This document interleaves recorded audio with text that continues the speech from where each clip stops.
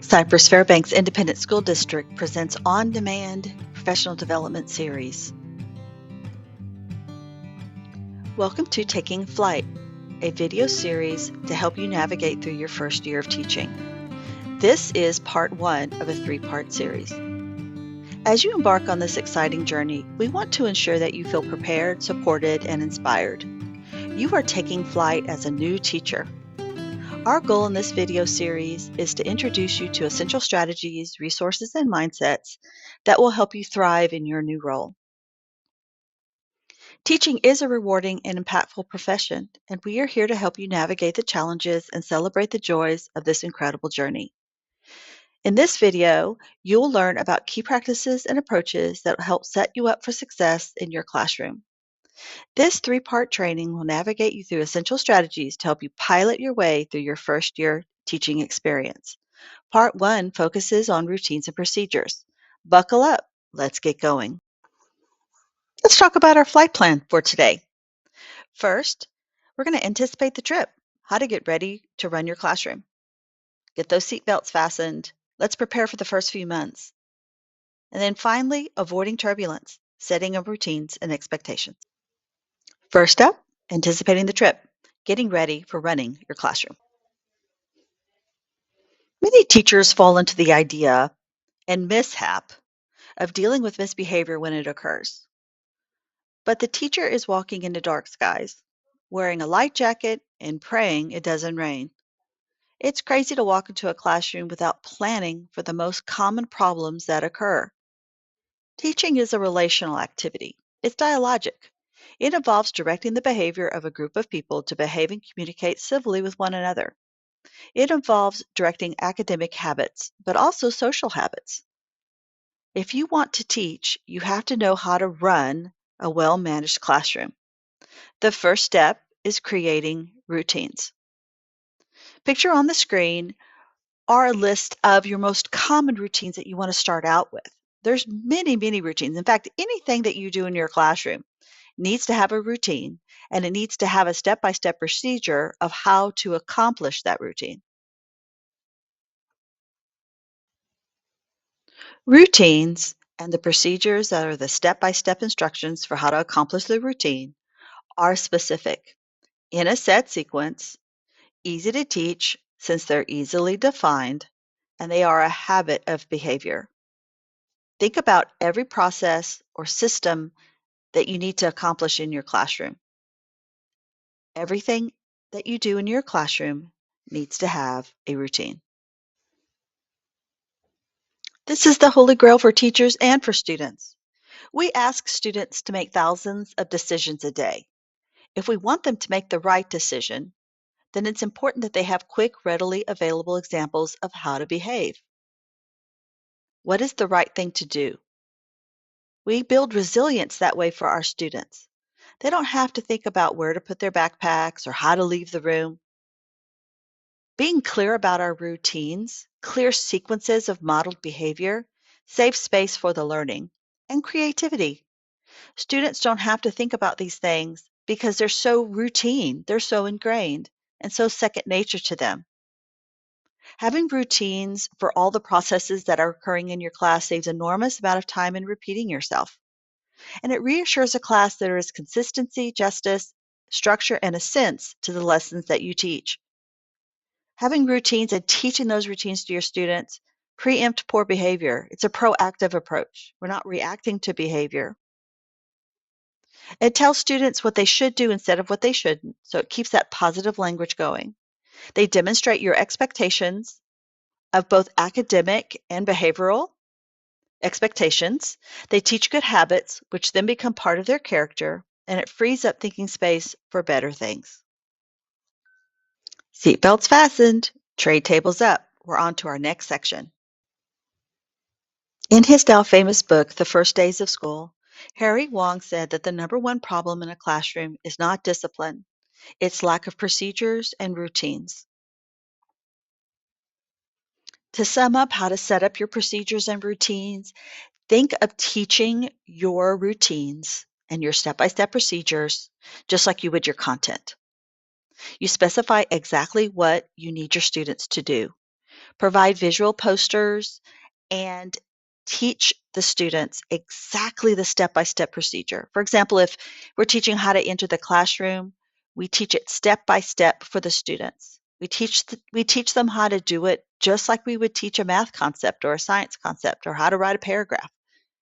Then we get them to do it performatively and perfectly, which means we have to practice just like we would our content. We wouldn't teach a concept in science and never allow the students to have any practice. I can't imagine teaching the phases of the moon and never allow my students to have practice on drawing them or labeling them or putting them in order. I have to do the same thing with routines. And then we insist that they do it right every time. Getting better at any behavior takes practice. Practice is often hard and uninteresting, but it's still valuable. The more you practice, the better you get at it. Yes, even older students need to practice the routines the way you want them to show up. Practice perfectly or you embed bad habits. Routines don't make our lives easier. Sometimes it's quite challenging to do the routine perfectly every time, but routines do make our life in the classroom better. When you're first starting out as a teacher in a classroom, it's quite difficult to think about all the different components. Your classroom is a system. There's lots of different moving parts that all need to be addressed. You don't teach just individual students. You teach the class as a team or as a unit. And at times it can be very difficult to think about proactively all the things that can come up when you're transitioning or teaching an activity. The CHAMPS is a great tool for you to utilize when thinking through your classroom procedures. It's a concrete way to plan out your procedures explicitly. Having well planned procedures will increase the chances that students will behave and meet your expectations. CHAMPS is a method teachers use to help students know how to behave during different activities or even transitions. It's a guide to help you understand what to do so everyone can learn to the optimal amount. CHAMP stands for conversation, help, activity, movement, participation, and success. Let's break it down. Conversation. This tells you if and how you can talk during an activity. Your teacher might say it's okay to talk to your classmates, and if so, how loud you can be. Notice how specific that is. For example, you might want to say you can have a voice level 0, which means there's no talking, or voice level 1, where the person sitting next to me can only hear me. Next up is help. This explains how you, the student, can get help if you have a question or need assistance. Your teacher might say you need to raise your hand or use a specific signal to get their attention. The activity is what you're doing, whether you're reading a book or doing a worksheet or working on a group project. Now, that's going to vary every single day because you're doing lots of different activities. Movement. This tells the student exactly how they can move about the classroom. Is it okay for them to get up and sharpen their pencil without asking permission, or do they need to raise their hand? And participation. This explains how the students should be participating.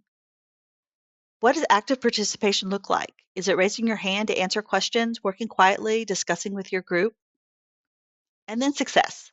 This means if you follow CHAMPS guidelines, you'll be successful in the activity.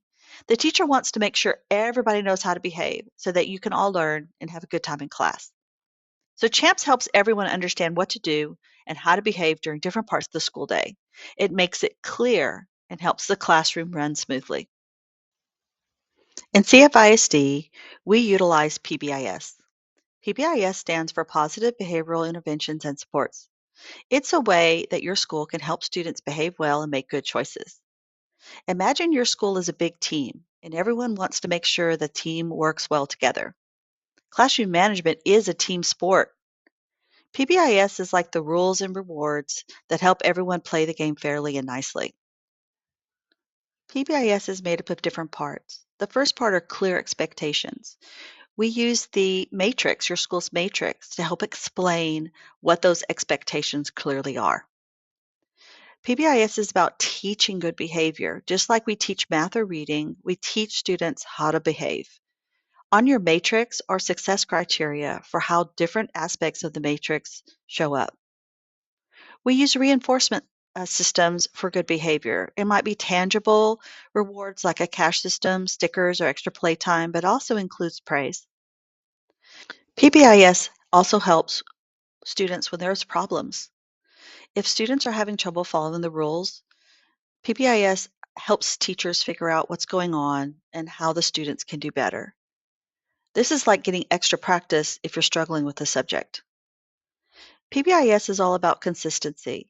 Everyone in the school follows the same norms or rules or routines, and teachers use the same methods to help students behave well. This makes it fair and easier to understand what's expected. So PBS is all about making your school a happy, safe, and fun place to learn by encouraging everyone to make good choices and be kind to each other. What is specifically important to remember about PBIS is PBIS is a teaching tool. We teach students the skills they need in order to meet our expectations. In our final segment, This is Your Captain Speaking, we will be addressing adult behaviors to help minimize misbehavior. You might want to pause the screen to take a closer look at the 6 different strategies and small moves that you can utilize to help minimize misbehavior in the classroom.